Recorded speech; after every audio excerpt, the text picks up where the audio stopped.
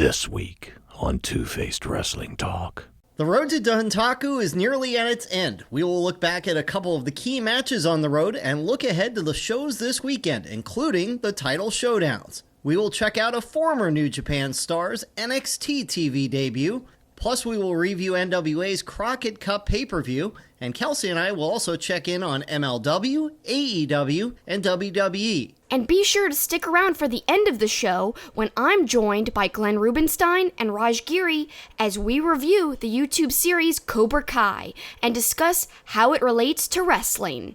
All that next.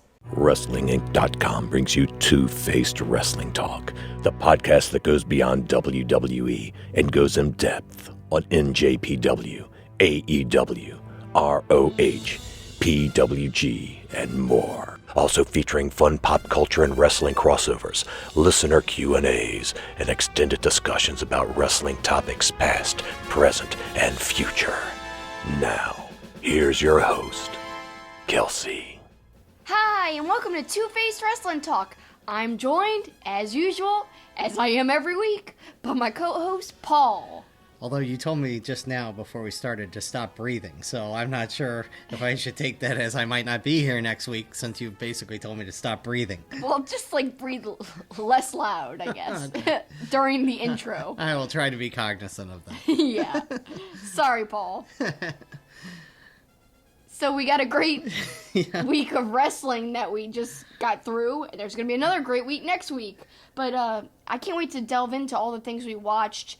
A lot of New Japan shows, and there's going to be even more as it starts ramping up towards the Best of Super Juniors tournament. But we got to take a look at some MLW stuff, which I'm happy about because it's been a few weeks since we talked about that. Before we delve into all the wrestling news and all of that, let's quickly plug some of our social media. You could find us on Twitter and Facebook at TwoFacedPod, TWOFACEDPOD. Also, go to our website to find out what platforms you can follow us on. That's the same spelling, TWOFACEDPOD.com. Also, you can find me on social media. If you love 90s nostalgia and wrestling, I think my account is right up your alley because I've been doing a lot of 90s polls.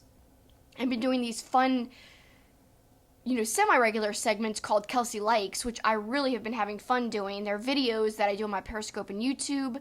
It's all about nostalgia. Some of it's about wrestling, some of it's about movies, some of it's about shows.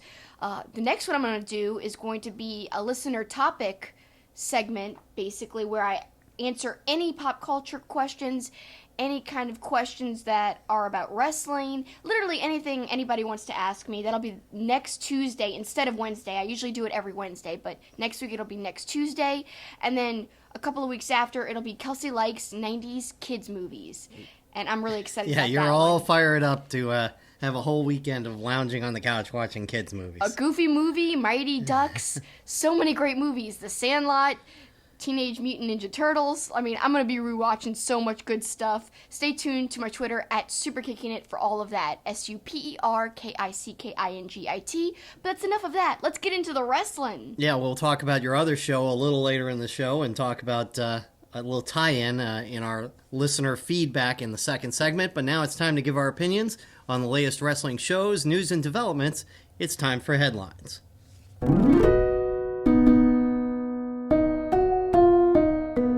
we're going to start this week, just like we started last week, on the road to Dontaku. The end is in sight on the road to Dontaku. Two big shows this weekend. We'll talk about those matches coming up. But we're going to talk about a few of the matches we watched. Jay White, his first match, really since losing to Okada at MSG. They built a nice feud with him and Goto, and they had a match the other night.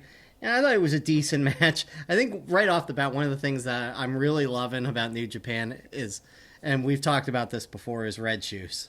How entertaining he is. Oh. He in this match, he defiantly refuses to count when illegal things happen. Like, he'll shake his head defiantly, and he did this during He turned away, too. He turned completely away from him and, basically was like, no, I'm not going to count. I love Red Shoes so much. I think sometimes he's a highlight of the match, and sometimes he's so entertaining to watch that you're almost distracted from the actual match because he's just, his facial expressions.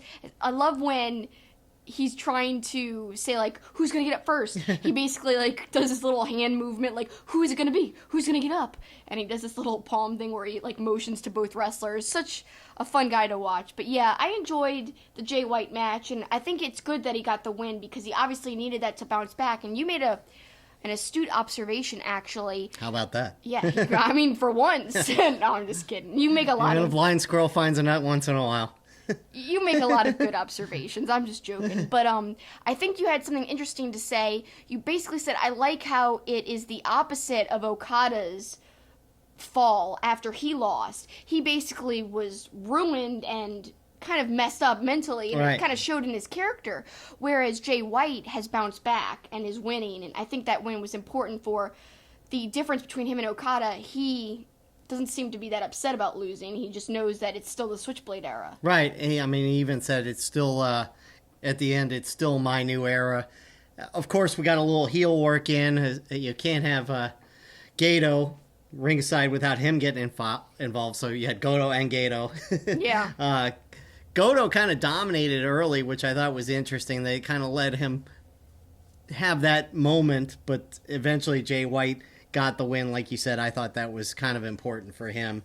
But good showing by Goto as well. And you know, look, this wasn't an important match by any means, but it was one of the main matches on the road this week because there weren't a ton of title matches. There's two, both of which we'll get to in a minute. It was important in the sense that, like we just alluded to, Jay White bounced back, whereas Okada went on like a singles losing streak after he lost the IWGP Heavyweight title. Jay White, this match kind of proves that it won't be the case for him. He is totally opposite of Okada. Well, let's go to one of the title matches, and we've talked about this before. Junior heavyweight tag teams, there doesn't seem to be enough of them. So we get Sho and Yo against Shingo and Bushi again, and the difference in this one is Sho and Yo actually defended their belts, which is the first time they've ever done that. Yeah, I think it's quite interesting that every time they've gotten the belts, their first defense they've lost. So, yeah, this is the first time they've been successful, and it had to happen eventually. You would think that they'd have to retain.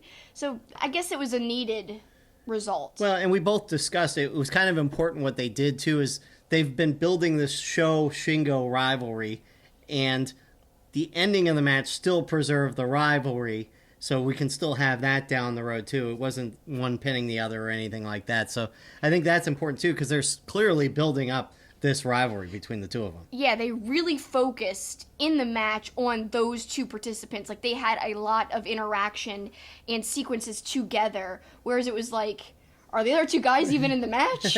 Is this really a tag match? So it felt like that sometimes, but that was a good way to, like you said, preserve the feud going forward, to have the result be decided between the other two guys. Yeah, and look, I thought this was a really good match. I wasn't overly hyped about it going into watching it, but I thought it was a really good match. And, you know, not the best of the matches. I think the best match was, it was that same show, actually. It was a six-man tag, Naito and Evil and Sonata versus Okada, Ishii, and Ibushi. And we talked about Red Shoes before. In this one, they continued the, for some reason, feud between Naito and Red Shoes, where Naito spits at Red Shoes, and Red Shoes again kind of defiantly shakes his head at him. Yeah. That was so funny. I like that. But the announcer said this has been the match of the tour so far, and it really was a great match. It really was. I mean, when you get Ishii involved, it's like hard to be bad. Yeah, well, and Ibushi was awesome. Yeah. Again, with that high cross body. But again, that was the kind of a throwaway six-man tag, but it sets up Ishii versus Evil, which we'll talk about momentarily, Okada versus Sonata. And so that was a great match. And so I wasn't sure how Sho and Yo versus Shingo and Bushi was going to follow it, but it held up pretty well and was a pretty good match. So our other title match this week was GOD versus Yano and Makabe. Yeah, I mean, I am loving what they're doing with the story between these two teams.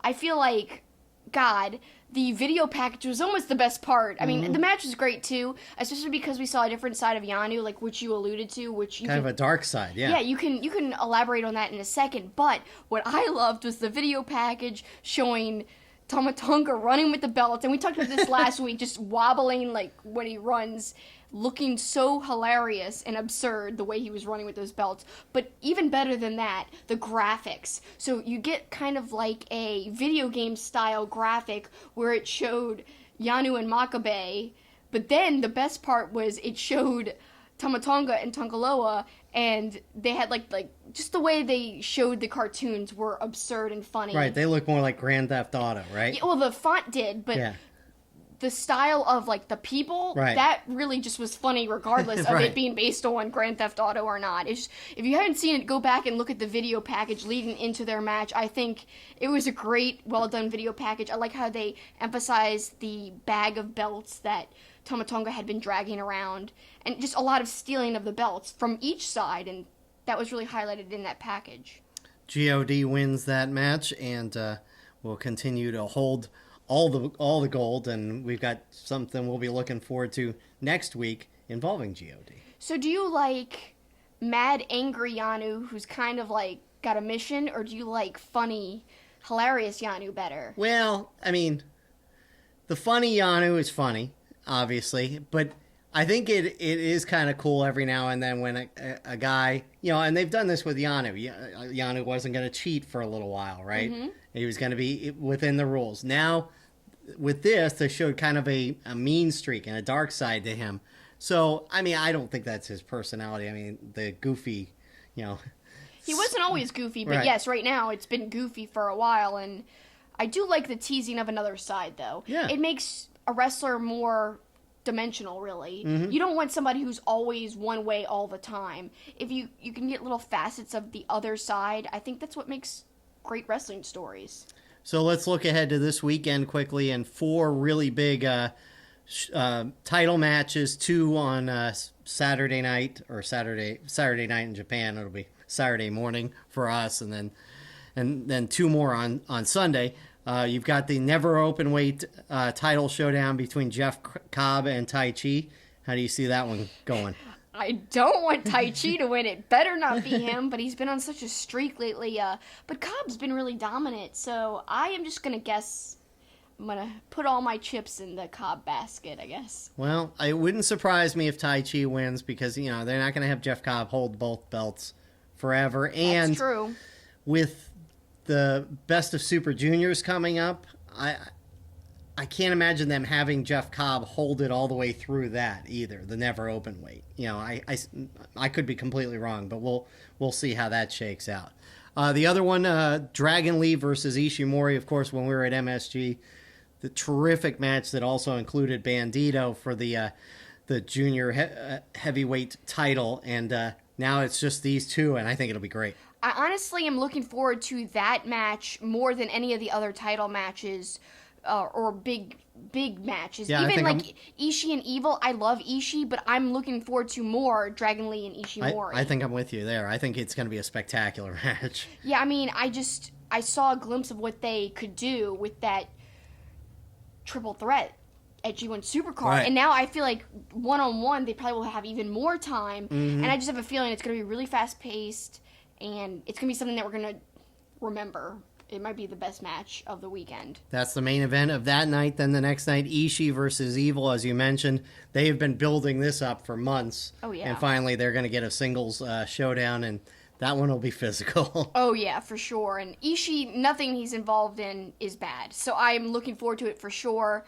I'm more excited about the faster pace of Dragon Lee and Ishimori, but I can't say enough how much I love Ishii. So I don't want to downplay him because he is wonderful. And of course, Okada and Sonata. The reason I'm not super pumped, even though Sonata and Okada had an amazing match during the New Japan Cup, I just feel like it's so soon to happen again. Yeah. We just saw it. And again, we kind of complained about a similar thing with Naito and Ibushi, like, oh, they're going to have another match right away? This is their third one in like a very short amount of time. And people, that's what happens in wrestling, I know, but I'm more used to things being more spread out, I suppose, especially in New Japan. Whereas, just because you lost, you don't automatically get a rematch. Right. And it seems like lately, there's a lot of rematches happening, which before, a lot of times it'd be like the next person in line was already up and ready, and that's who was next.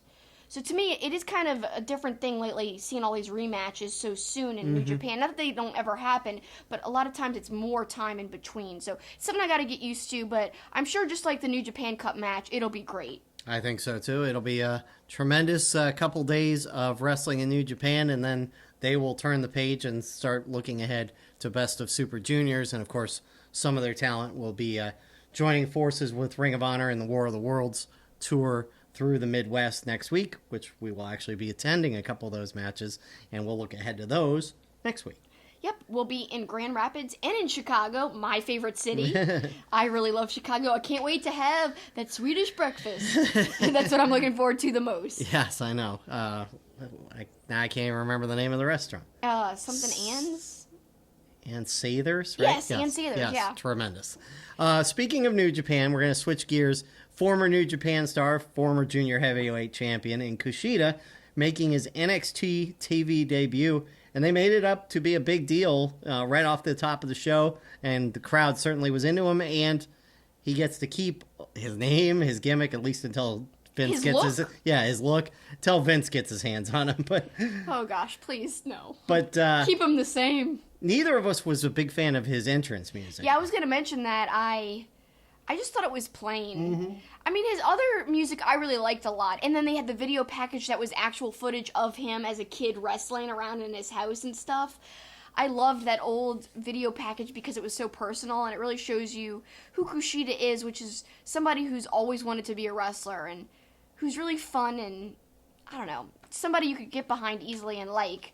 I mean, if you're wrestling as a kid just around your house, how could you not like that footage and have a smile on your face? That's what Kushida makes you do. It makes you smile. But what was kind of the opposite of making you smile in the match was he was busted open. Yeah. I actually thought that was like a really cool thing that happened on accident because it made his first match kind of more memorable. Yeah, I think it happened when Cassius Ohno dropped the knee drop on him because it looked like he made contact there, but yeah, they had Kushida absorbed a lot of punishment in that match. Cassius Ohno actually had a really good showing, I thought, in that match. I mean, we all knew Kushida was going to win, but, you know, I guess that's not always a foregone conclusion when a guy makes his debut. But, yeah, he got beat up pretty good. He did, and the thing I was most surprised about during the match was that they let his finisher have the same name as it used to, the hoverboard lock, which was surprising because I thought they would for sure change it. So I'm really happy about that. That's a positive sign, I think, for Kushida. I mean, like all the things you mentioned, his look staying the same, his gimmick, kind of everything about him being the same. That is a great sign so far, but to flip the script, I mean, I know we're mostly talking about Kushida, but Cassius Ohno, I can't ever see him on the main roster. I just don't think Vince is going to want to do anything with him. Probably not. And, you know, look, he may be the kind of guy who just likes, you know, bouncing back and forth between NXT and NXT UK. He seems like a guy who's enough of a veteran that he's fine putting over some of the new guys as they come in. Because remember, he targeted Matt Riddle when Matt Riddle... And he lost quickly. Yeah, so I think Cassius Ohno seems to me like one of those company guys who can have a career if he's okay with doing those kinds of things, and he seems to be.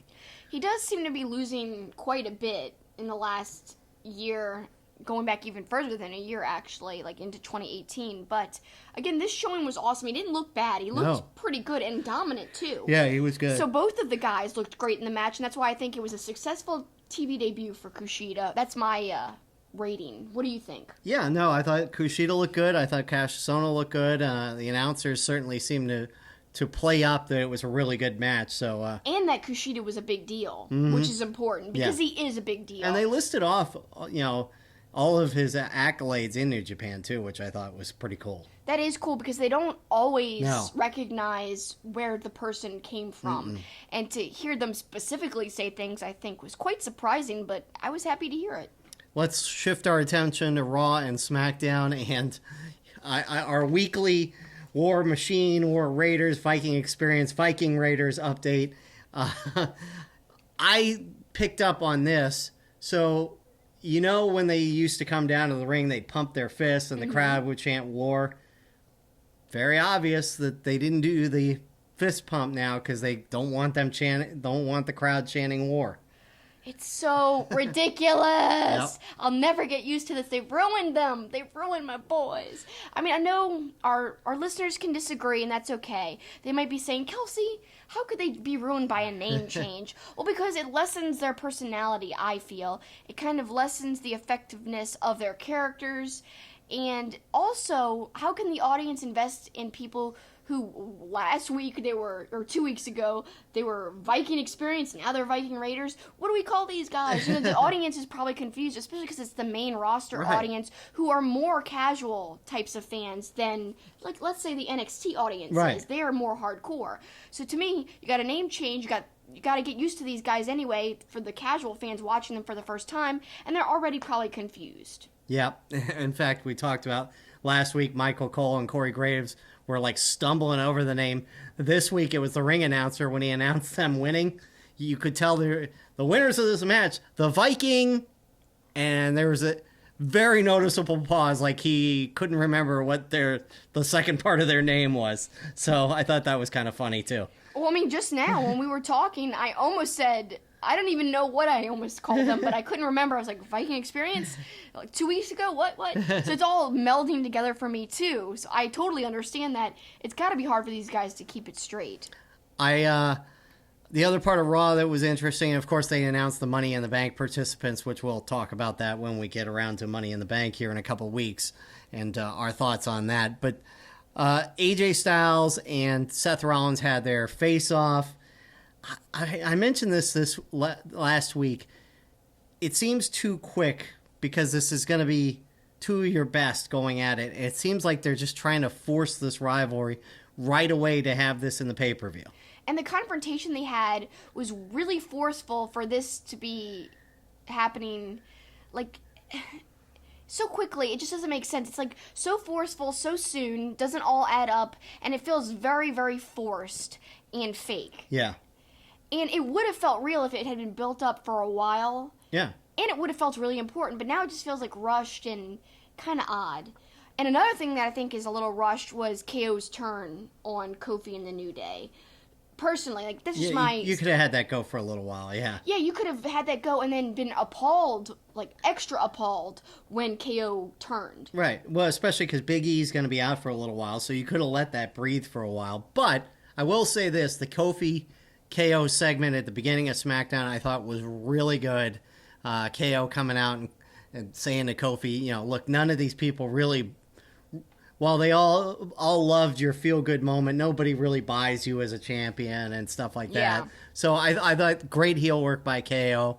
Kofi... I do love heel KO. Yeah, I gotta say, course. that's my favorite KO. And Kofi getting to relive WrestleMania, as Michael Cole even said, of all the moments I've called at WrestleMania, yours was the best WrestleMania moment. So, and Kofi kind of seemed taken aback by that. Like, it wasn't something Michael Cole told him in advance, I think, and he kind of was kind of shocked. So, to be devil's advocate right now, yes, I've seen on Twitter people being like, their celebration was over the top, like they're reminiscing of the win because it just happened and nothing much has happened since the win. Right. So they think it was overblown.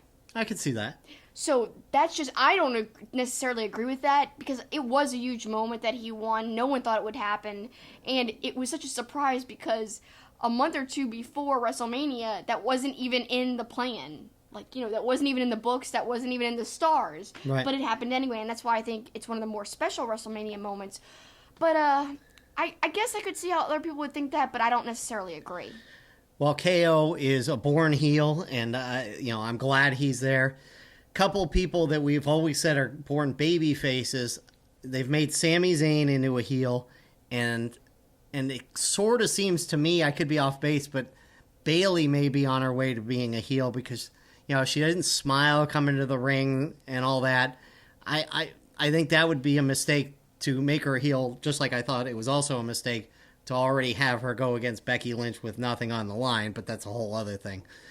So Bayley and Sami Zayn, we've always said are baby faces, and I don't like I know people do. I don't like the Sami Zayn heel.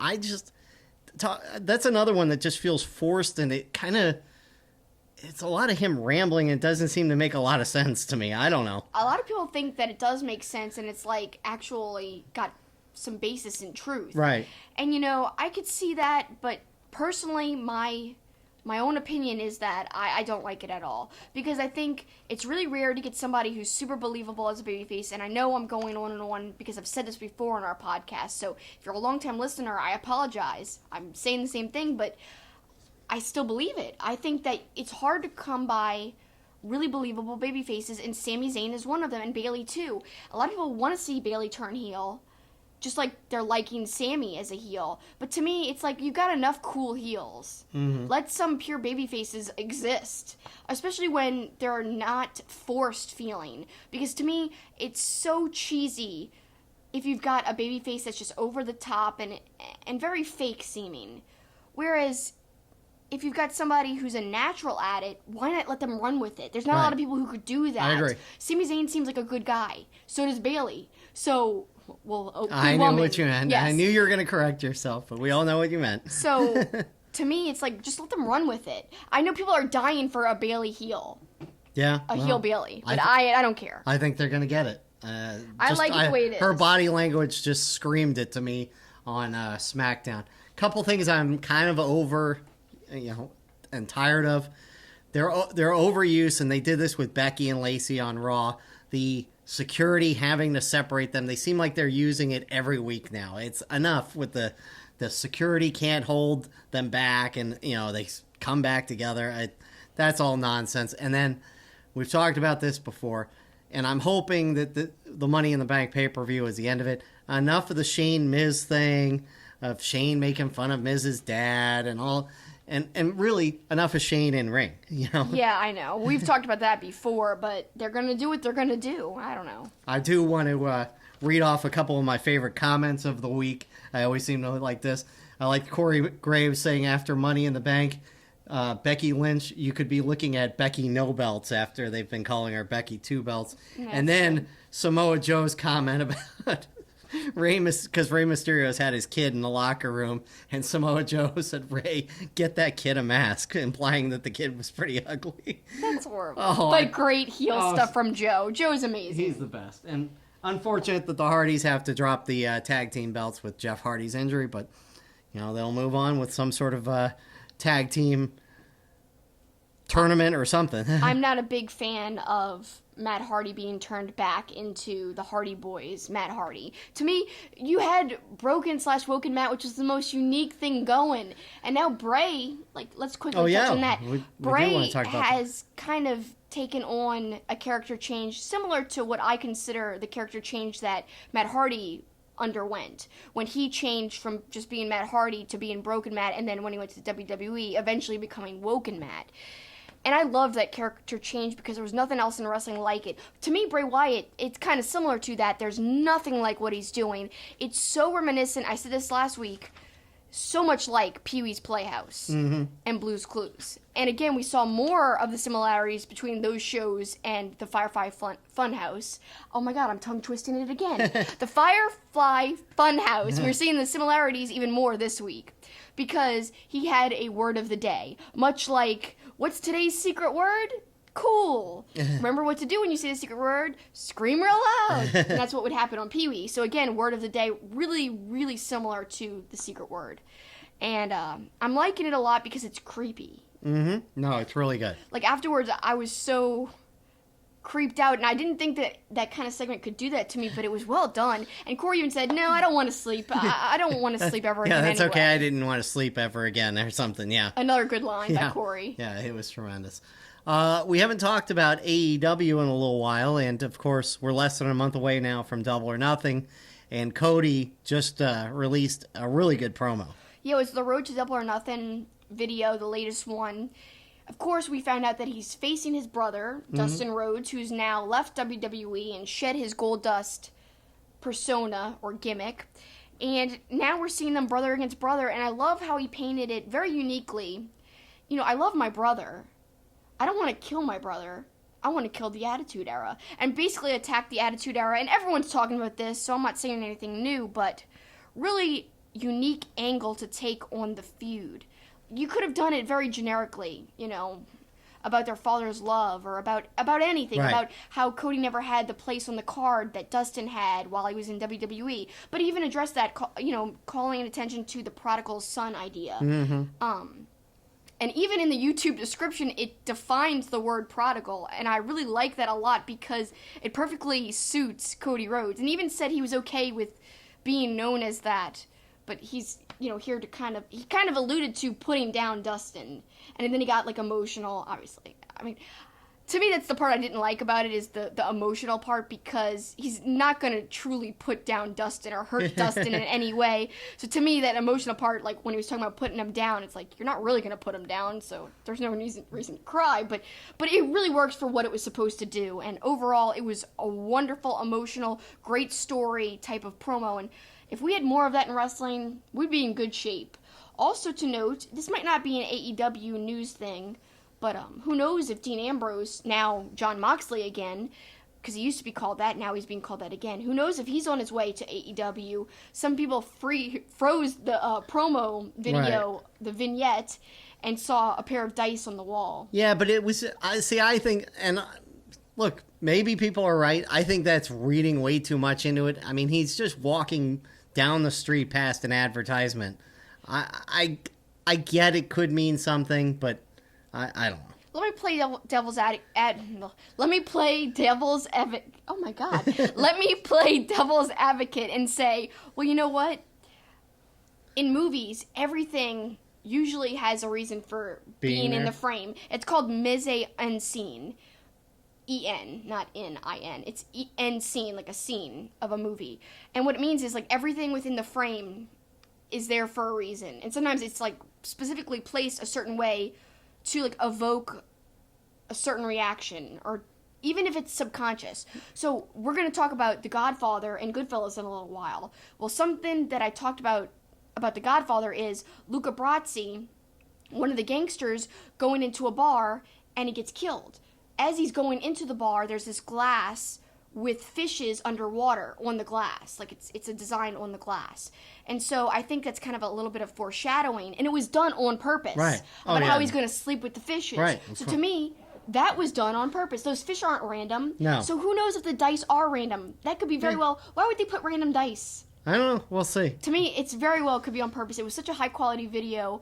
I have a feeling that was on purpose, and that was in their video for a reason. Could be, and but it was interesting. It was released right after his contract officially expired with WWE, because I know there were people saying, oh, the whole Dean Ambrose thing is just a WWE angle, which we kind of thought too, because we're surprised how much they brought it up. But now his contract is up, and now he's Jon Moxley, so... Yep, we'll have to see what develops with that, but I liked the video package for sure. Regardless of if he's going to AEW or not, I'd be happy to see him anywhere. Well, he's the kind of guy that comes unhinged quite a bit, and as we switch to MLW, a guy that's completely come unhinged is Sami Callihan, but maybe even more so, coming unhinged was Jim Cornette describing Sami Callihan throughout the match. God, he threw so many insults his way. Called him a pig at one point, and all this other stuff. Yeah, oh my God. How can fans like him? Yeah, we hadn't checked out MLW in a while, but really a great match between him and Warner. Yeah, we really had been so focused on other promotions, and our good friend AJ, a great viewer and listener, he kind of said, oh, I love you guys' opinions so much. Can you please talk about MLW whenever you get the chance a little bit more? Because I just want to hear your analysis of it. So we're actually glad we checked it out, because that Sami Callihan match was awesome. Great. And Cornette just going off the entire match about what a scumbag Sammy is. And Sammy played up the whole disgusting part himself, between hocking a loogie on Warner, spitting in the air and then catching it in his mouth. Just he is a gross person, but he's perfect for that. The funny thing is, we were calling him gross before it became a universal insult about him or a universal comment about him. We were saying, when we were doing our Pop and Wrestling Connections, whenever I would have a gross character I had to recast with a wrestler, I would choose Sami Callihan because he's gross and slimy and weird. But you know what? Having said that, he's one of my favorite wrestlers, so I don't care that he's all gross and nasty and spits and eats his spit and whatever. It doesn't matter. He's still one of my favorites. No, and then again, that match was really good. If you haven't seen it, go back and check it out on YouTube on MLW's channel, because it was last week's episode and it was the last match of the episode, and really was an entertaining match. It really was, and there'll probably be another episode by the time this show releases, which is fine, but just go back 2 weeks if there is another one that's released, and you'll be able to see it because it's in the title where it says Sami Callihan, so. And I was also drawn in by this group that has been interfering called Contra, and one guy in particular, I'm like, he looks like somebody that was in WWE. Turns out he's the son of Umaga. He's cousins with the Usos, so somebody to watch in MLW is this group Contra, because they certainly wreaked havoc throughout the last couple weeks of MLW. So it's fun to watch him. But again, I looked at him and I'm like, God, he looks like somebody. And so it was interesting to see that as well. Well, let's switch to our final headlines topic, and it was the NWA Crockett Cup over the weekend. Pretty good show, I thought. I thought it was a great show, and especially the main event. I think that's the match that shined out of the whole thing.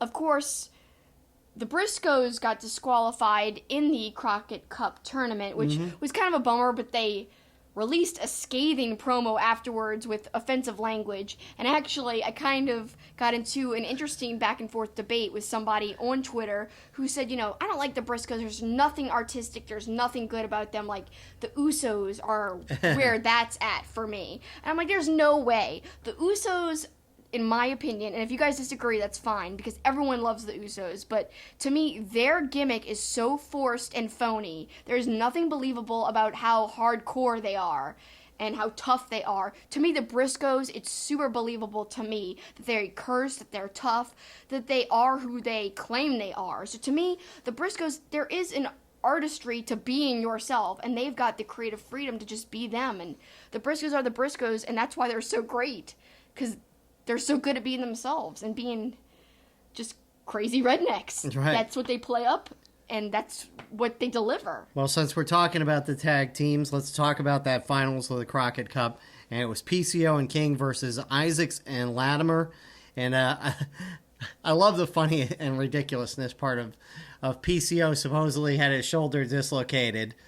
And oh, God, yeah, I forgot about this. And in the middle of the match, he yells at Brody King, screams at him, "Fix my shoulder." And so Brody King jumps off and pulls it against the rope. But it was just so ludicrous. Like, PCO had been backstage for the last half hour. Like, he didn't have a doctor look at his shoulder. Like, he could have got it popped back in back there. Instead, he's going to have Brody King fix it in the middle of the match. I still liked it. Oh, it was still great. fun. It was funny. It was.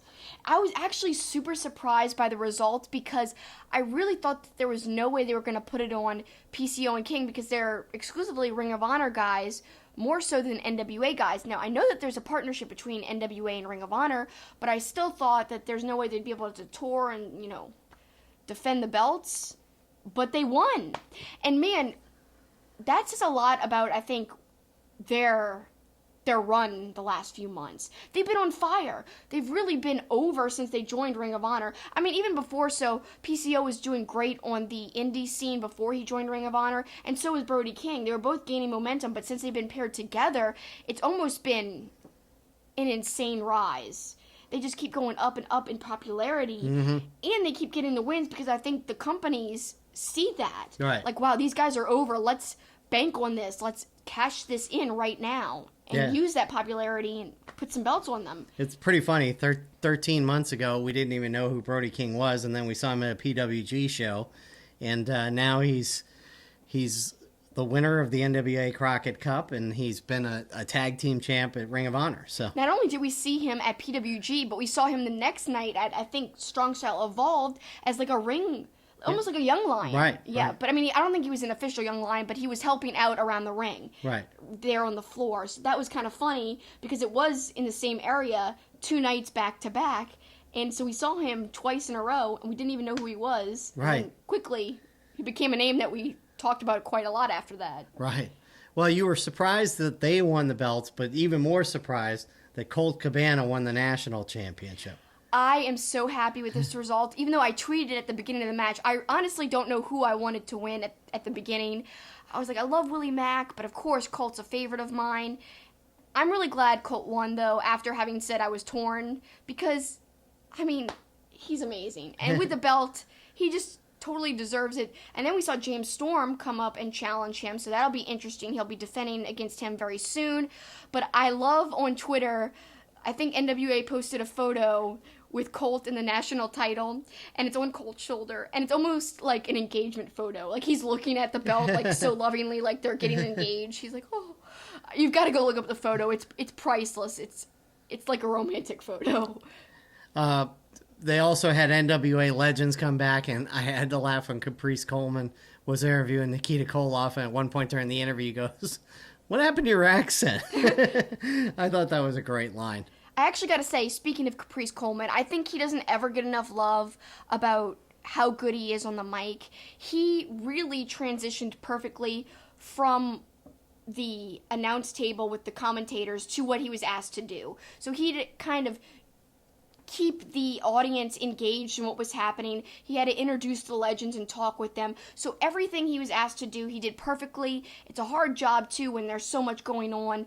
Caprice is great on the mic, and we know that for a fact, and we know that firsthand because you and I were able to interview him, and it was like I was on Coleman's pulpit. It was awesome. Again, I love Caprice. I can't say enough about him. Sweet guy. Well, let's switch to the main event, Nick Aldis versus Marty Scurll.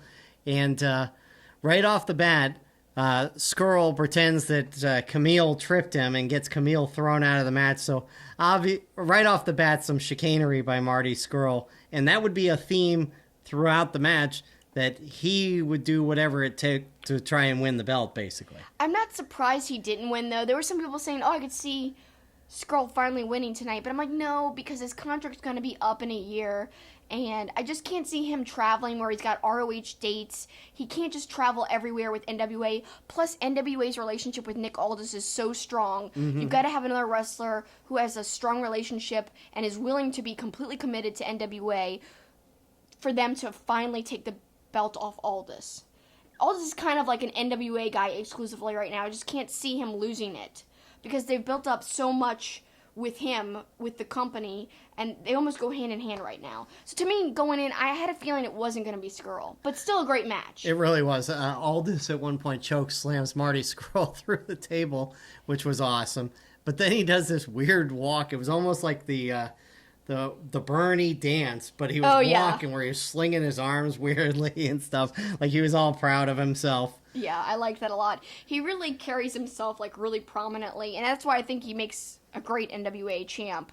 But the blood. Yeah, holy mackerel. Oh my god, that was so much blood. It's insane. Well, and the iconic picture that NWA put out later of what the mat looked like. Remember? It was a blue mat, but it had so many blood stains on it. And they're like, they left it all in the ring, literally. They really gave it their all, both of them, even their blood. And that's what I loved about the match, because I think that the best types of matches are matches between friends. Mm-hmm. Because they go harder on each other than anybody else. If you're having a match with just somebody you kind of work with sometimes, I feel like, yeah, it could be great, it could be decent, but match between two friends, they've got something to prove, they know each other very well, and they're like, let's tear the house down.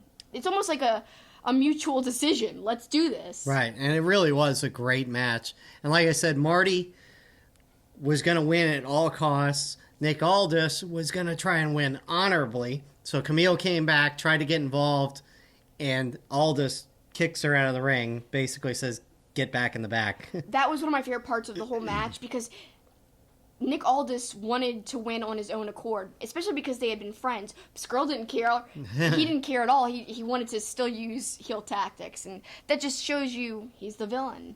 And that's what villains do. In the end, Aldis makes Marty tap, and Aldis retains the belt, and we'll see who Nick Aldis's next target is for a championship match in NWA. And we'll see where Marty goes from here, too. Yeah, I mean, got to think he's going to get a one-on-one with Taven at some point in Ring of Honor. That would be my thought process on that, but we will see.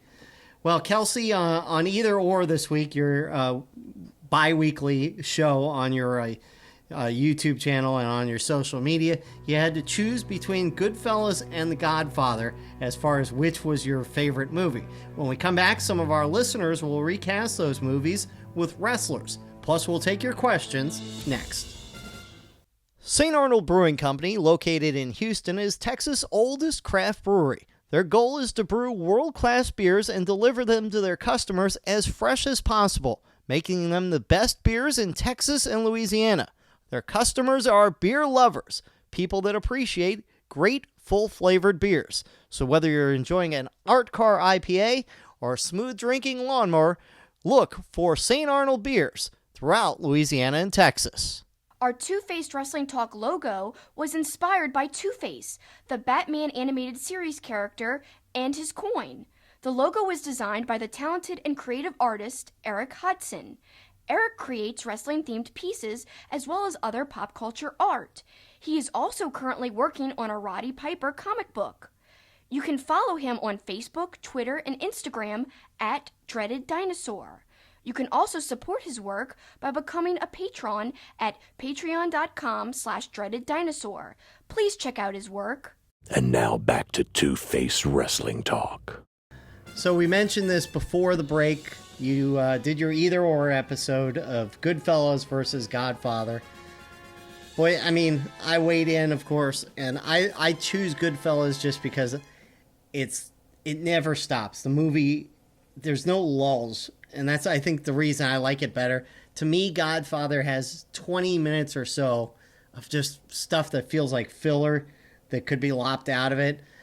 And so I don't think it moves like Goodfellas does. And so that's why I would choose it. But we watched both this week, and I love both.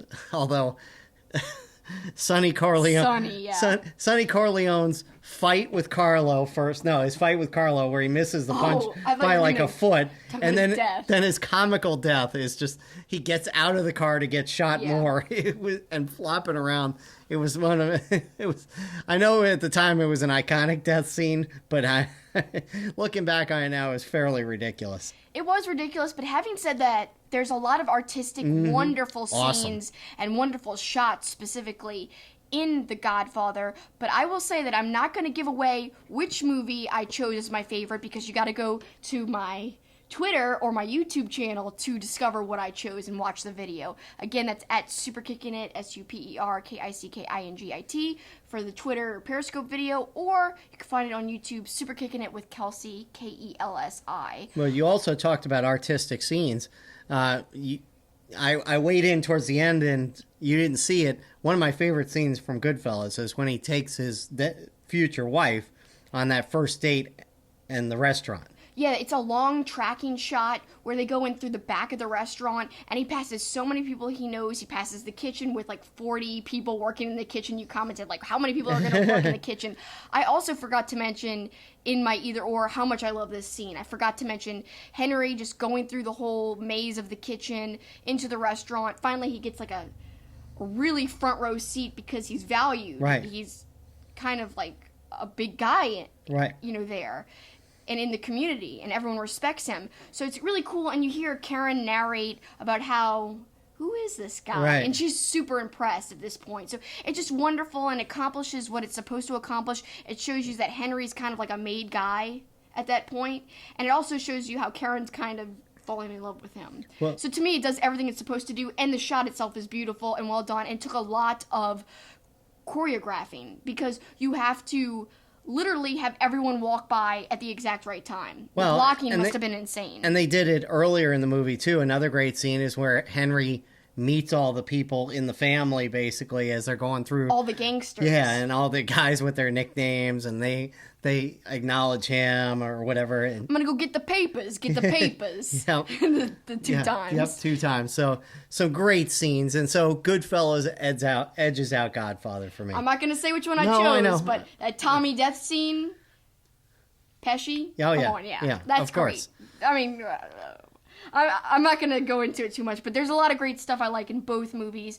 But we asked you guys, recast either Goodfellas or The Godfather with wrestlers, and always, our listeners and viewers, they come up with the most creative stuff. So let's get right into it. You guys blow me away with your creativity.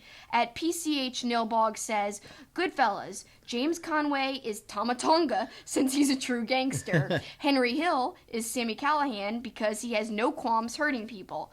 Tommy DeVito is low-key because he's the shortest, both in height and fuse length.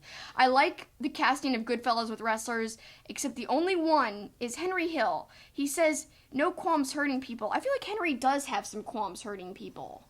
Yeah. We don't really see him do easily an all-out murder. No, not as And in fact, when the other two do the murders, he kind of looks very weird about it. Right. I mean, he engages in wrongdoing, don't get me wrong, but I feel like out of the three main characters, I feel like he is the least okay with hurting people. So to me, I feel like Henry Hill could have been cast as somebody else, almost somebody like almost a tweener maybe. Right. Sami Callihan could have been Tommy DeVito too. Oh yeah, for sure. But overall, I really liked it a lot. PC Hassler, very good. All right, our next one. At Damian Cage, the obvious one for The Godfather is wrestling's Godfather. Nameplay, of Yes. course. I thought that was funny. At Sensei_Dave Bear, too easy for Godfather, but Don Vito, Vince McMahon, of course. Sonny, Shane McMahon, because he's the son, Right. of course. Paul Heyman, Tom Hagen. I really don't remember this character, but Abendando? I think it's Bruce Pritchard, he says. Clemenza, Pat Patterson, Michael, Stephanie McMahon. I think that's really unique. Of course, that's Al Pacino's character. Right. I like that a lot, actually, because I could see Stephanie being the pure villain, really just going deeper and deeper into the crime world. Fredo, Hornswoggle. That is funny, actually. That would work. Luca Brasi, or Brazzi. I always say Brazzi, like a brat. The Undertaker / Brock Lesnar. And Triple H would be Kay Adams, which is funny, but it makes sense because obviously Stephanie and Triple H are married, Kay and Michael are married. So that works perfectly. Great casting there, Dave. Next one is from at the Sandman 091. Oh, I'm going to pick the Goodfellas and go with John Cena as Henry Hill, Vince McMahon as Paulie, of course, a young Terry Funk as Tommy, because he is crazy, and Steve Austin as Jimmy the Gent. I like all of those picks. I could really see Steve Austin as Robert De Niro's character. That's great. Robert De Niro 316 or Jimmy 316. At the Sandman 091 added in and said, maybe I'd change Steve Austin to The Undertaker. So he's saying maybe Robert De Niro would actually be played by The Undertaker. The Undertaker would play Robert De Niro's role because he's more of the Robert De Niro of the wrestling world in his opinion. And then finally, at SandK2003 says, Goodfellas, I'll recast Sami Zayn. He has to be De Niro. His expressions always remind me of De Niro. Maybe Russo could be Henry, being that people say he exposed the business, and then Ken Shamrock as Tommy. I love the Sami Zayn comment because as soon as I read the comparison with De Niro's expressions to Sammy's, I could see it. Because I've looked at Sami and the way he talks and his facial expressions, it is kind of De Niro-like. That is genius, Sand K 2003. Very good. We appreciate everybody weighing in, and of course remind everybody to watch Kelsi's Either Or on Goodfellas versus Godfather. Yep. I had a lot of fun doing it, but I wish I could have talked 30 more minutes on it because there's so much to say, especially about Goodfellas. I really didn't talk too in depth on that for some reason, and maybe another day I'll just talk Kelsi Likes Goodfellas and just do it all on Goodfellas. All right, so now we also put out a call for questions because we haven't answered listener questions in a while, so let's go to some of those, and we'll start with Zach Shee 130. With Marty Scurll losing to Nick Aldis, what is next for the villain? Does the Briscoes versus Tongans feud call for gold? If yes, what tag title would be on the line? With Nick Aldis ribbing Jay Lethal on ROH commentary, should the two face off for the title at ROH Best in the World? I alluded to Marty Scurll taking on Taven. I think that'll be a singles match down the road. I think the Briscoes versus the Tongans will probably be for the Ring of Honor gold. That way the belts come back to Ring of Honor. Yes, and it balances out again, yeah. And then, I think Nick Aldis and Jay Lethal is going to happen. I don't know if it'll happen at Best in the World, but I think there's no doubt it's coming, and especially with Jay Lethal not holding the championship in Ring of Honor. Then it's easy for it to happen. Yeah, I agree. For sure. So, I can't wait for that match. It'll be awesome. It'll be great, and they've been laying subtle hints, as Zachary kind of alluded to on commentary. Aldis just kind of really being very harsh about Jay Lethal, especially G1 Supercard, but even before that, when you saw some of the house shows that they show on Honor Club, same thing. It's been for quite a while now. And getting on Ian Riccaboni basically being a cheerleader for Jay Lethal almost. I love that. I think stuff. Some very good small touches, but it adds a lot to what I think is going to be an eventual feud between the two of them.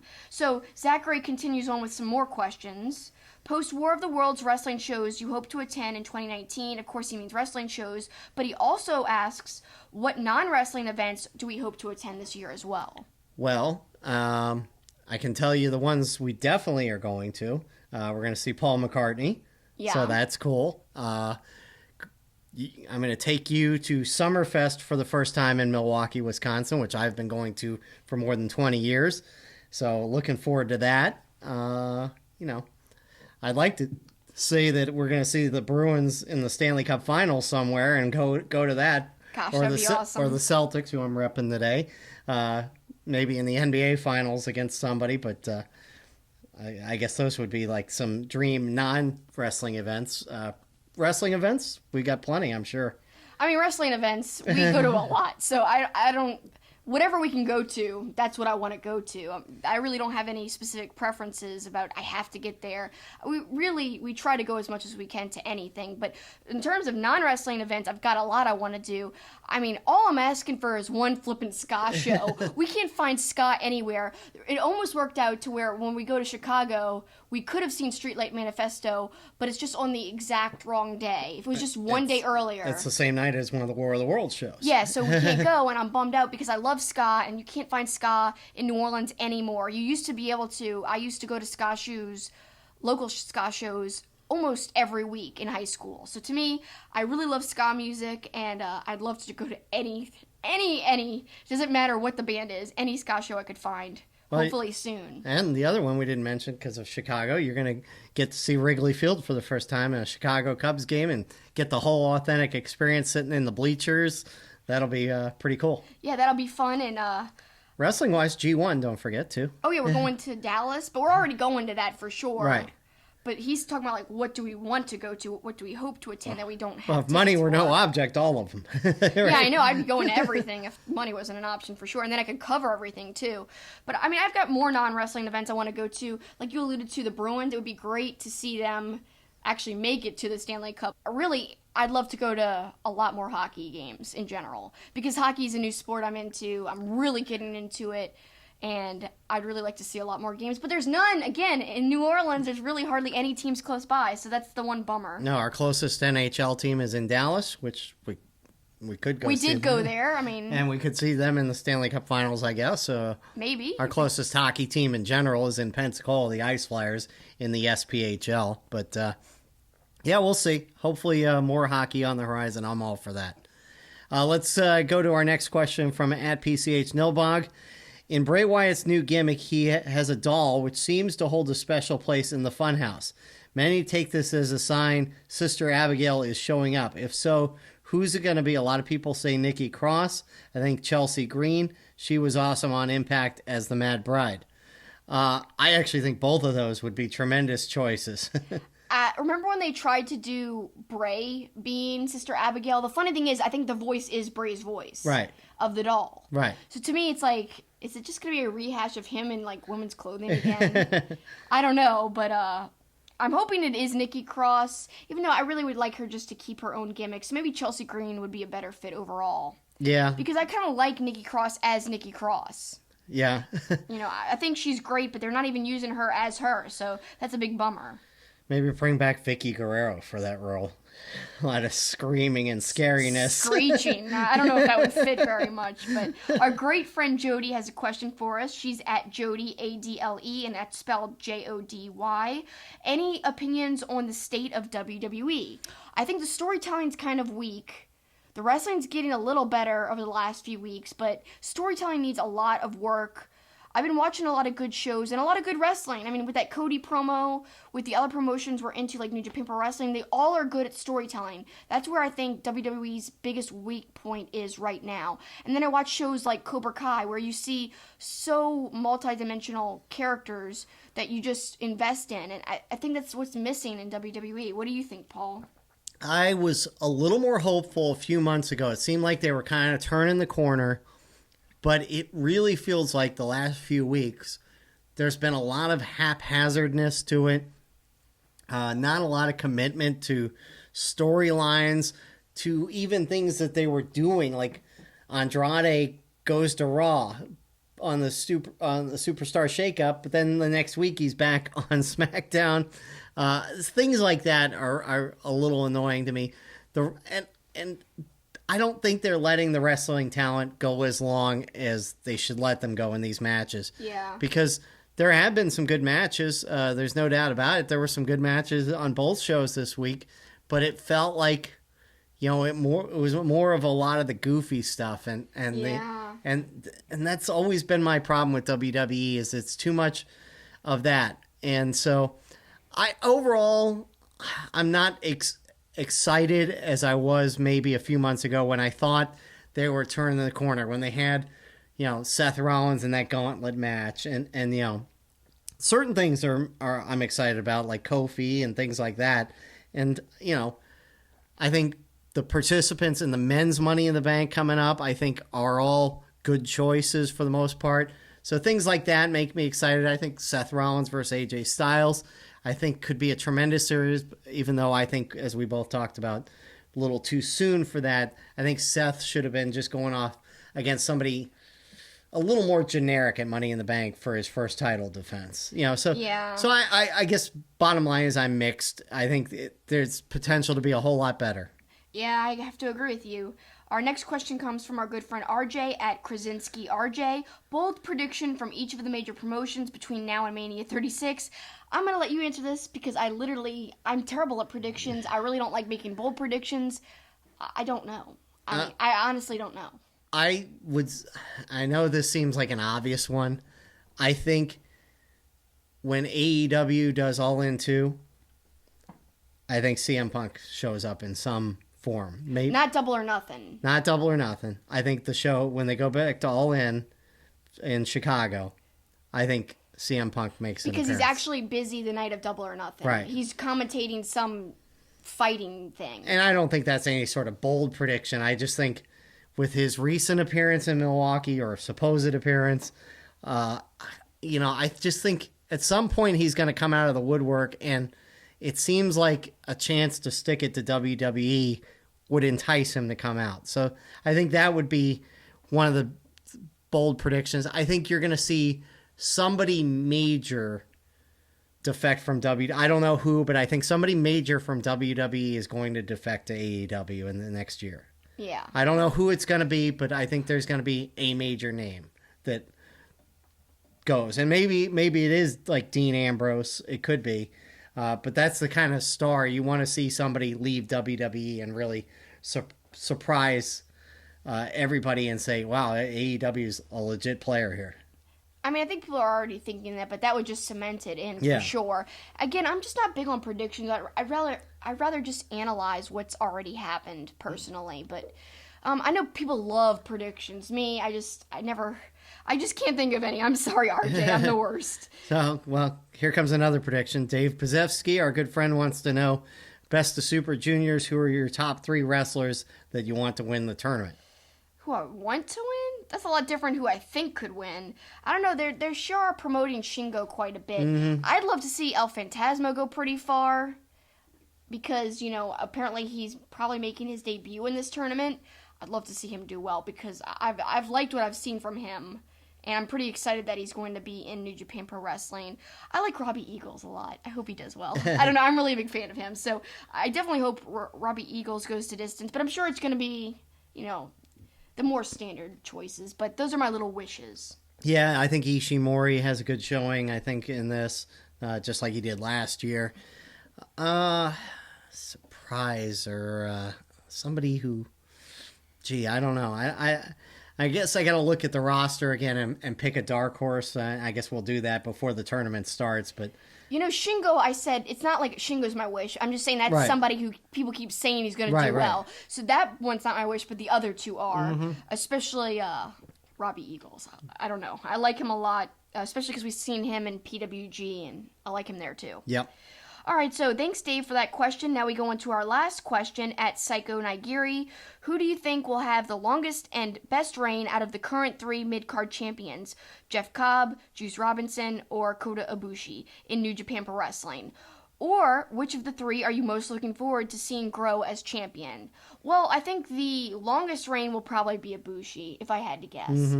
I agree. The person I think will grow the most, I think, is Juice Robinson. Because I think we're already seeing it now where he's like, who's going to be 4th? Right. My defense is I'm done with the Bullet Club. Right. So, yeah, I think that'll be to me as well. If we see a lot of great matches from him, I wouldn't be surprised because New Japan should know he was super over last year with especially the Japanese crowd. Keep fostering that. Keep having him win. Keep him prominent. And that way you also elevate the U.S. belt.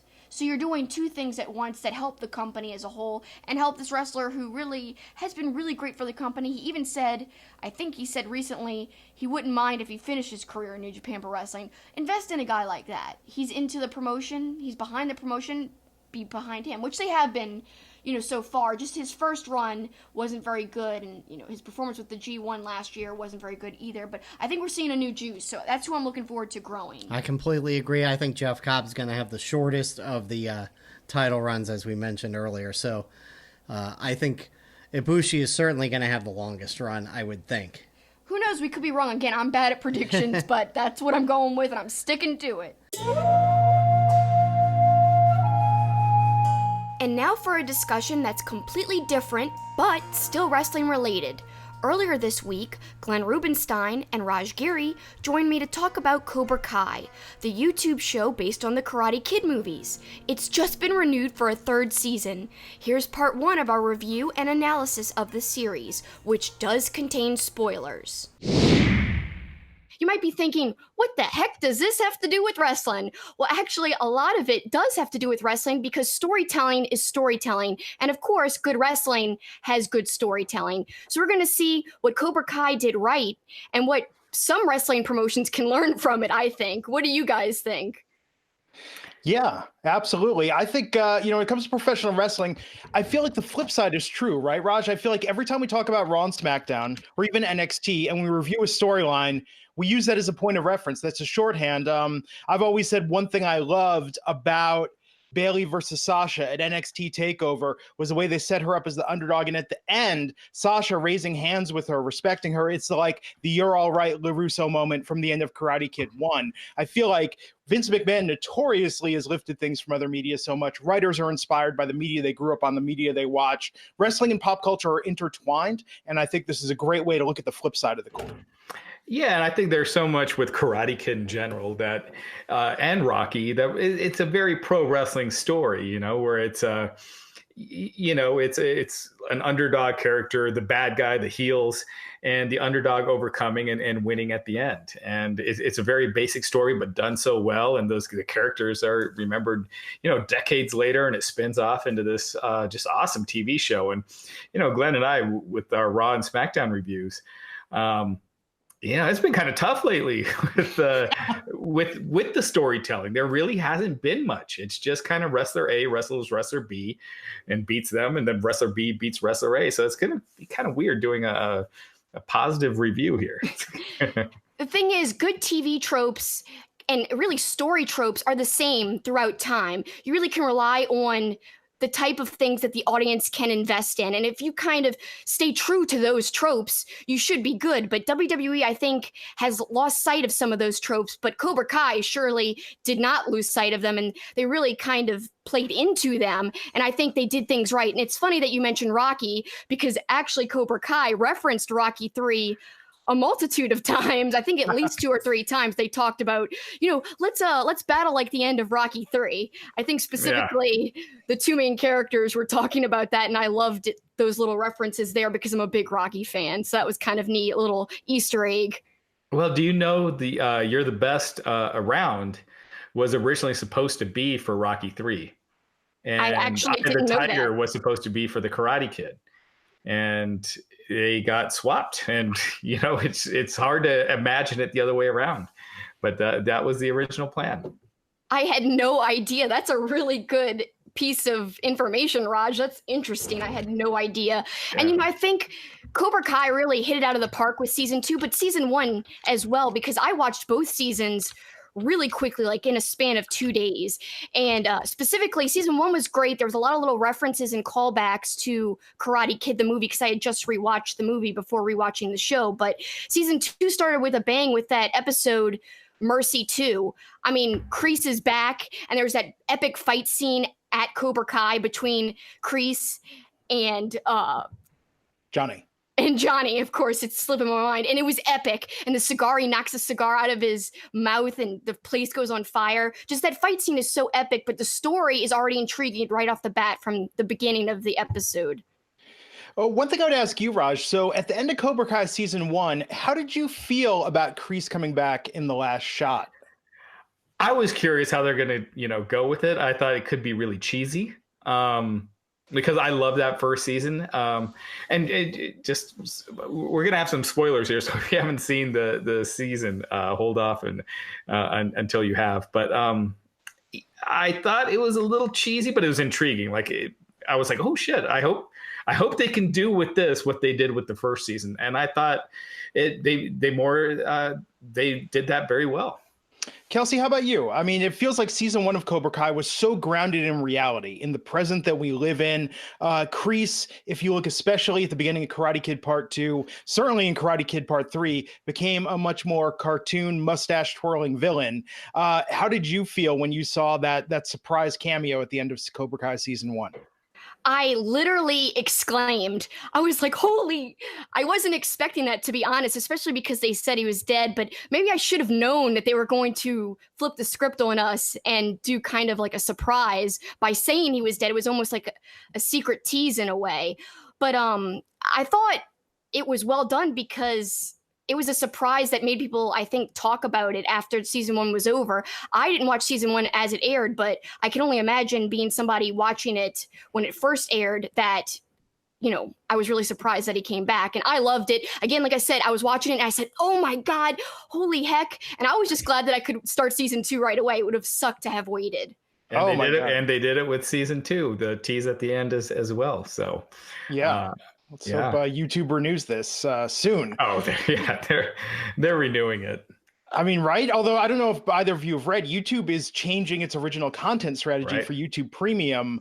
They canceled a lot of other series orders. I don't think there's a way they don't renew this, but YouTube is not trying to compete with Netflix or Amazon or Disney Plus anymore. They're going to be switching to it's basically YouTube, right? Like the shows will be just have ads. Yeah, and it's free. For this, it makes sense, I think.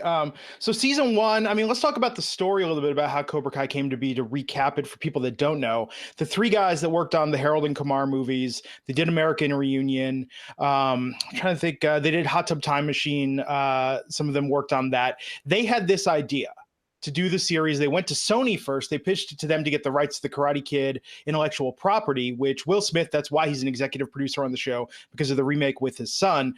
They got the rights to it. Then they went and had lunch with William Zabka first, pitch him the story. And then it was all contingent on Ralph Macchio signing on. And Ralph Macchio said he'd heard every pitch you could imagine for the Karate Man, or Daniel has a son that he has to teach karate. He turned them all down over the years. But this is what resonated with him, was this idea of taking today's world, today's problems that kids face with bullying being such an issue, and the redemption story of Johnny Lawrence.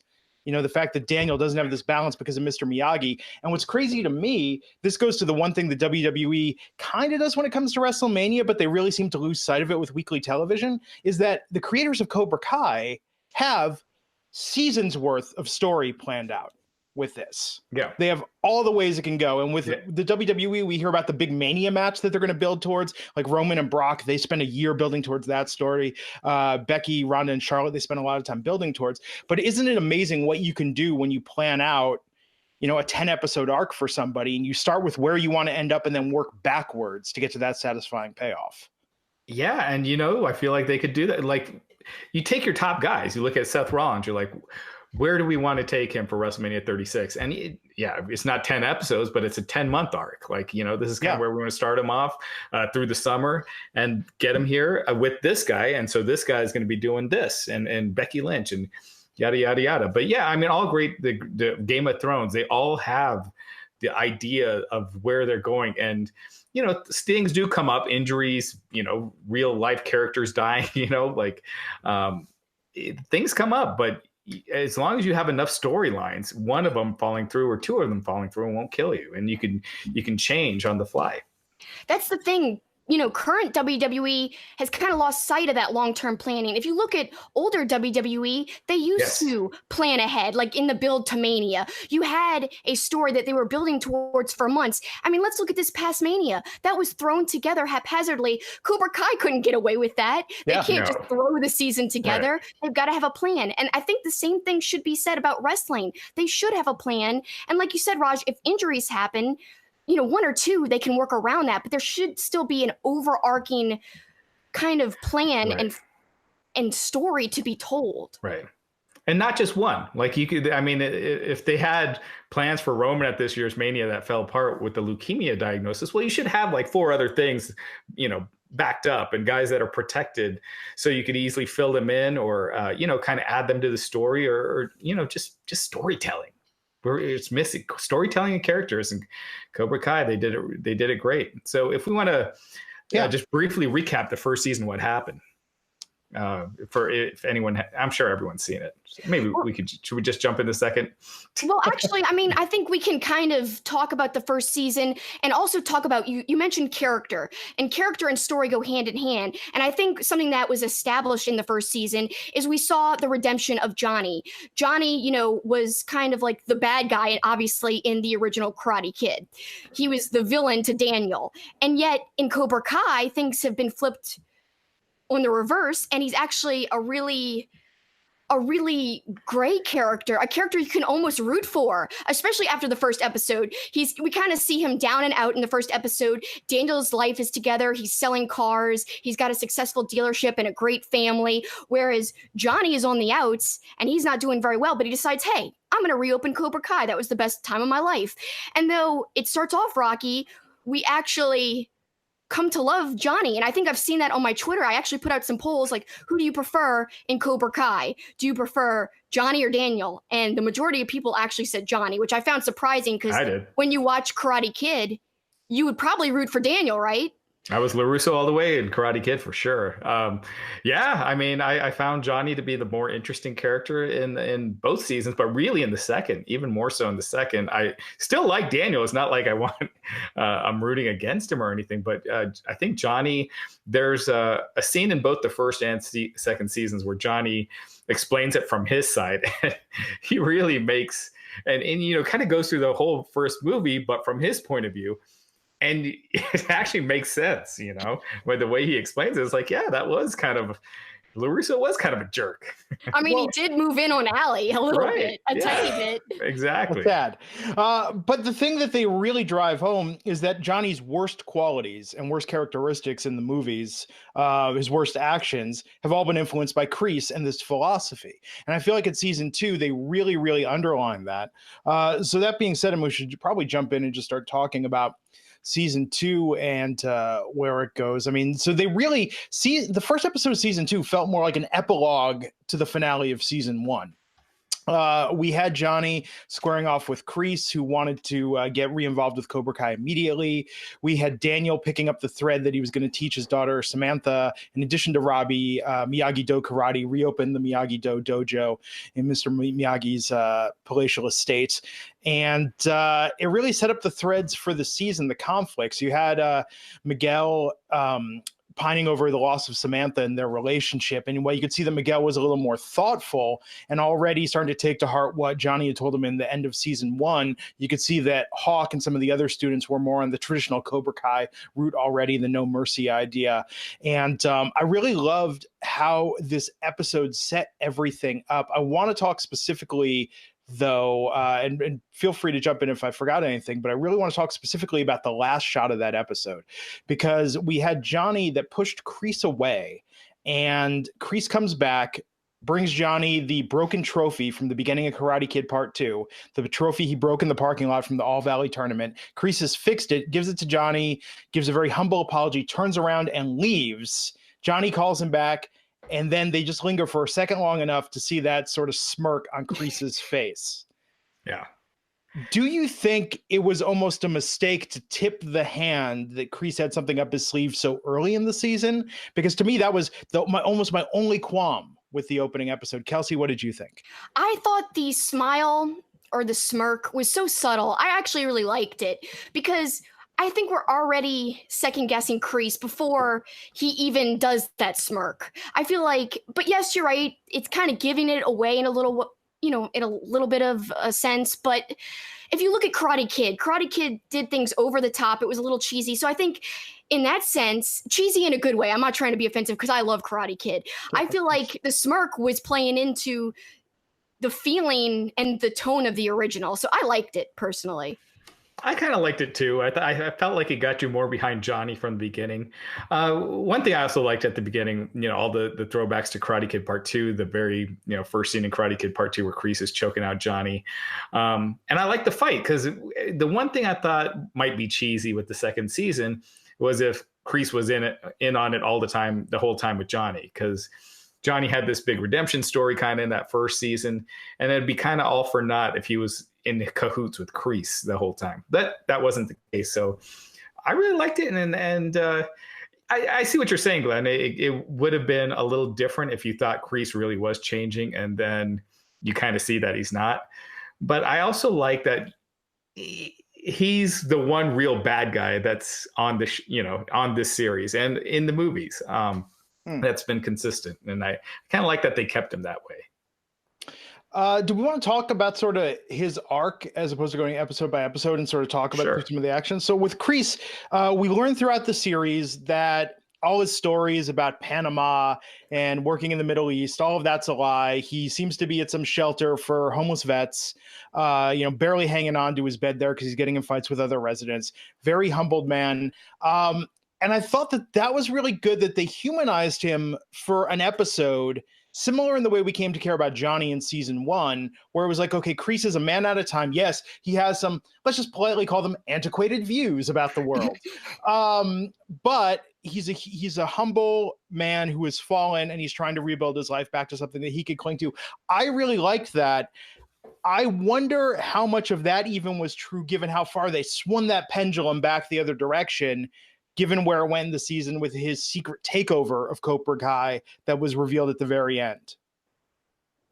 It's like he had this master plan all along and was just a great actor. And I say great actor, the character was a great actor trying to fool Johnny, basically. And that's what he had to do to try to gain control. So it was all part of his master plan. It was skillfully done, but he had me fooled because I even wrote down like, wow, they're even humanizing Kreese. But it really wasn't true emotions or true feelings because it was all part of his plan, I think. Yeah. I thought Kreese's, it's interesting where they're going to go with this. I have my theories, but Kreese's arc to kind of take over the Cobra Kais, which he started it, seeing his student taking it over from him and then coming back into the picture.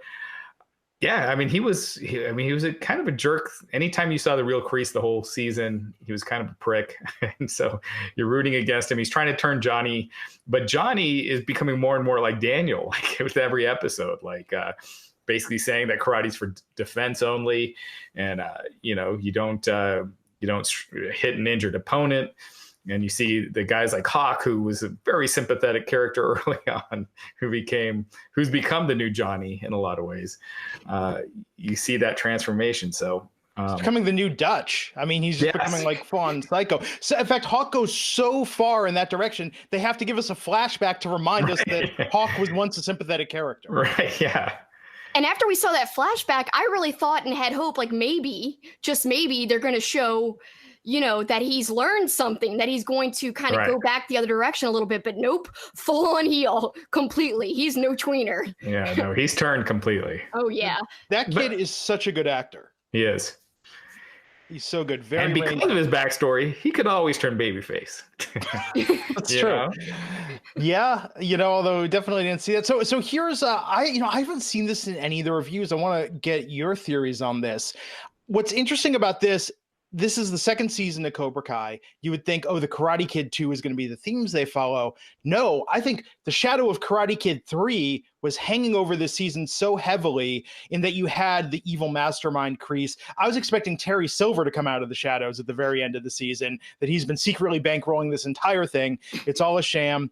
And, to that end, I think it also explains Daniel's actions, because didn't you feel like in the later episodes, the way Daniel was reacting or overreacting, even when Samantha was at Johnny's house and Robbie took her there, and he's freaking out, as I was like, okay, this guy's losing it. This is my suspension of disbelief. But then I remembered, oh no, wait a second. In Karate Kid 3, there was an elaborate ruse to deceive him with faking Kreese's death and Terry Silver bringing Daniel into Cobra Kai. They straight up tried to like murder him on one occasion on the side of a cliff when he was there with Robin Lively's character. I mean, they drove Mr.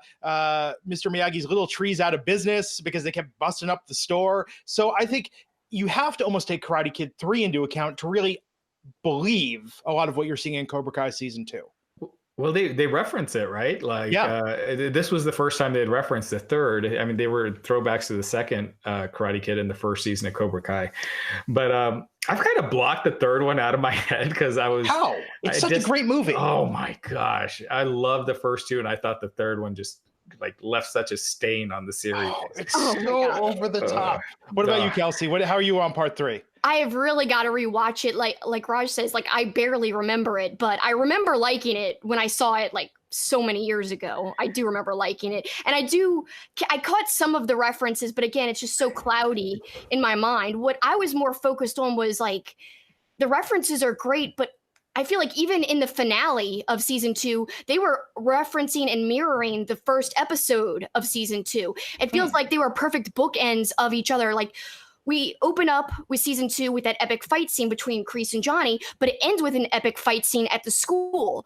And again, I'm seeing a lot of like mirrored themes in both the season opener and the season ender. And I do want to say, I mean, this is not a reference to the third movie, but a reference to the first movie, of course. So we see at the end when Johnny throws his phone, we see Allie's name. Mm-hmm. Are we going to get an Allie appearance in season 3? For sure. They hinted it so strongly that there's no way that they can't. One of the things I hated about the third was not only did Daniel get his ass kicked the whole movie, and then when he finally wins at the end, he wins on a technicality, like he's getting his ass kicked the whole fight and kind of wins on a technicality, and then he doesn't get the girl, and she does, she's not even there, and like he just comes across like his character just came across so crappy in that third one, but very WWE booking. It was. Yeah. That's not how you book a babyface. Look, I love part 3 not because it's a great film in the sense the first one is. I mean, you've got Terry Silver, the actor's, the character who's talking about being back in Nam with John Kreese, and he's the same age as Ralph Macchio in real life. He's got the ponytail, he's in a hot tub and a sauna, ordering toxic waste to be dumped behind a school, and in preserved wetlands. He's doing shady stuff. It's so over the top that, I don't know. I mean, I really enjoy it for that reason, because it is just almost a parody of itself, that it's such an epic late 80s action film that they did with this. I wouldn't say epic. Well, and Karate Kid Part 2 is a very nice movie, and it's a very thoughtful movie, but I rewatched it in the lead up to Cobra Kai season 1. I was like, it's good, but it's still kind of boring. It's a movie, it's the one I've seen the least of the series. I've actually seen the next Karate Kid more than I've seen Karate Kid Part 2. Really? For me, it was 1 and 2, and I've seen 2 probably near as many times as 1. I love the soundtrack and Gloria Love and the background music and Chosen and Kumiko. But No, it's good. And you know, and we have a rule in this house. Anytime we're flipping channels and the Karate Kid Part 1 is on, we watch the Karate Kid Part 1. One thing that they did mention in Part 3, and I'd totally forgotten that Daniel technically was a Cobra Kai. Like when he started telling that story, like, hey, I even became a Cobra Kai. I was like, no, you didn't. don't, because there's no way he would have done it after the third. But then when he started explaining it, it's like, yeah, I guess technically he was. Yeah. So I did like that throwback to the third. They had the flashbacks to prove it. So it was definitely true. I loved that little reference. And it's funny how you talked about which ones you watched more. I actually watched The Next Karate Kid more than all of them because, of course, my generation, that's what was always replaying on TV, The Next Karate Kid. It's not a bad movie. It's very watchable. And according to the creators, it is part of the canon. It is possible that Hilary Swank, she could show up at some point. Oh my God, that would be so cool. I would like that, actually. Hey, you had so another thing in the second season of Karate Kid, you had the original Cobra Kais, all of them. Except for Dutch, in prison. Apparently Chad McQueen wasn't able to make his schedule work to come back for this. Oh, okay. But yeah, the rest of the Cobra Kai were all, what has he got going, Chad McQueen? I don't think he acts anymore. I don't know what he does. I'm assuming his dad probably left him a pretty sizable estate. He probably doesn't have to work. Yeah. You know, I don't know. But no, that episode was great in episode 6. Those other Cobra Kais, I would not recognize them if they walked by me. Yeah. I mean, I recognize the one that was in Head of the Class. Bobby? No. Who is it? Who's the actor? Is it Tony O'Dell? Yeah. Who did he play? I mean, he looks roughly like, you know what it was? He was one of those guys in the 80s and Head of the Class that looked like he was in his 30s already. You know how some people, they didn't age because they've always looked old. He was one of those actors in the 80s, but he was back and they had Bobby. I thought it was so funny how they did that and had the story, the one last ride, the one last evening, and then the epic joke at the end, which on Twitter the writers admitted that they were really, really pushing for. Of course, he's the one that ends up in the body bag at the end of that episode. That's quality writing. Why can't the WWE? I didn't even realize that. That is great. Yeah. I mean, that is like really plotting something out. Wow. Put him in a body bag. That is an epic line from the first, and he ends up dead. He's the only one. Well, I feel like when Johnny reconnects with his old Cobra Kai buddies, I feel like that's such a huge part of the season because it obviously has some kind of impact on Johnny. And I think he realizes that he's really got to make sure that Kreese doesn't F up Cobra Kai because they're so adamant, like, what the hell, Kreese is back? What are you doing, dude? Right. And then he sees his friend die. So I think all of that was a huge thing for Johnny's character. So I think that episode is actually really important in the season. Mm-hmm. Yeah, and pardon me, it's Tommy. He's the body bag guy, and he's the one that dies at the end of episode 6. Bobby now a pastor. No, I thought it was great that they wanted nothing to do with Cobra Kai. Johnny was almost ashamed to tell him about his venture with that because I would love to see more of their stories come in, and I wouldn't be surprised if we see either of the surviving Cobra Kais or even Dutch show up in season 3. Yeah, like Daniel's mom, where they just pop in here and there. Oh, that'd be great. Kreese breaks Dutch out of prison. Go full on with it, go all the way. And he's married to Allie now. Oh gosh. So actually, speaking of, so I don't know if either of you saw this online. Someone's saying it's based on an early casting side that Tori, the new female character they introduced this season, Tori with a Y, much like Allie with an I in the Karate Kid, that her last name was Schreiber, which is Allie's married name. In that we see on the phone, Allie Mills Schreiber, that's Tori's name. People are speculating that she's going to be involved somehow in this. That is not confirmed as canon. The creators have not confirmed this. It's completely fan speculation. Don't you think that's almost too convenient of storytelling to try and get everyone in the same universe? I do, but what's funny is how when she introduced herself as Tori with a Y, just like Allie introduced herself as Allie with an I, it's funny the mirrored things in that. So that would kind of be, they were really plotting and writing to a T to give hidden messages. If she really did wind up as related to Allie somehow, that would be kind of very, very purposeful, I think, looking back, if that were to be revealed to be true. But I don't know. That's too convenient, like you said. Wait, is her name actually Schreiber? No, they had. Oh, There was okay. an early casting side. Somebody is saying that was out there that was Tori's last name. They when never the said her was last casted. name, She right? never said her last name. But that would be like saying that, oh, hey, remember Daniel's neighbor Freddie with the Making Bacon T-shirt? That's Robbie's father. It's like they're not doing. But in general on the show, they're doing a lot of happen to be intertwined. Like, Daniel happens to be training Johnny's kid, and and the way their paths all cross, and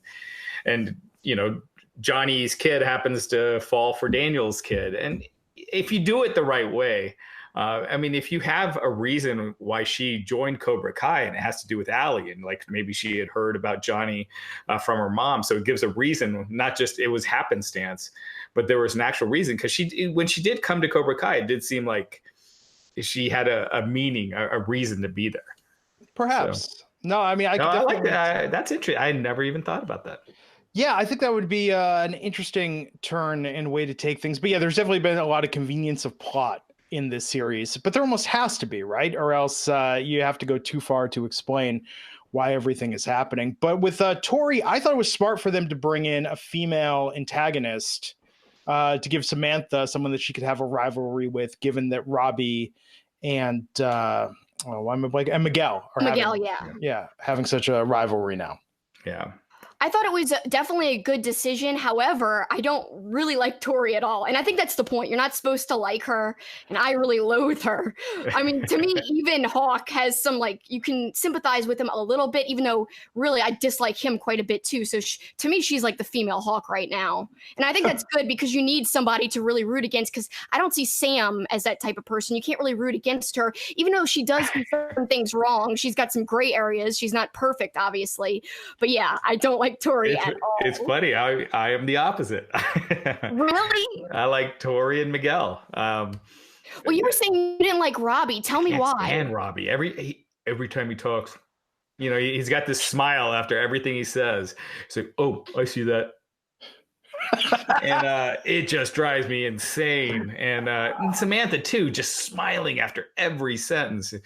But she doesn't bother me near as much as Robbie, and I really like Miguel. He's outside of Johnny and Daniel, he's my favorite character on the show, and he's one that you're seeing like he's got his good qualities and his bad qualities, but he stays good even though he's with the Cobra Kai, and he's the natural baby face, but he turns heel every now and then, but he's always a baby face, deep inside. And Robbie at the end, let's get to this because we got to be wrapping up here.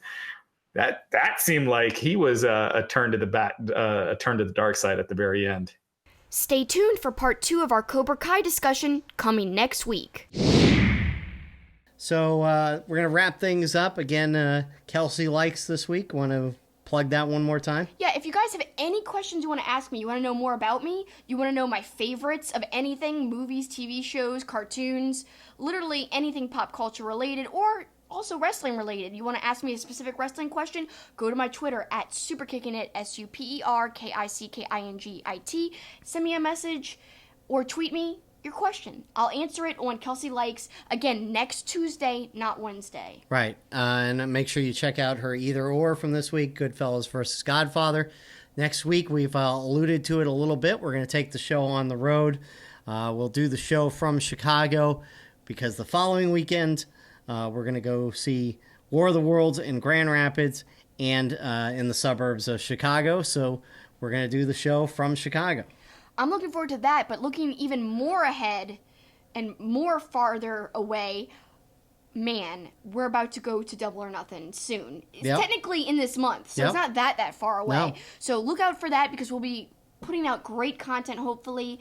We have media credentials for StarCast, so I can't wait to see what kind of coverage we can get there. And just stay tuned to our Twitter. We'll bring you all the news. Yep. Thanks so much, but that's all the news we have for today. So right. We appreciate you watching or listening. And as always, we really value your time, and it means so much to us. But that's the wrap for us. That's the finish.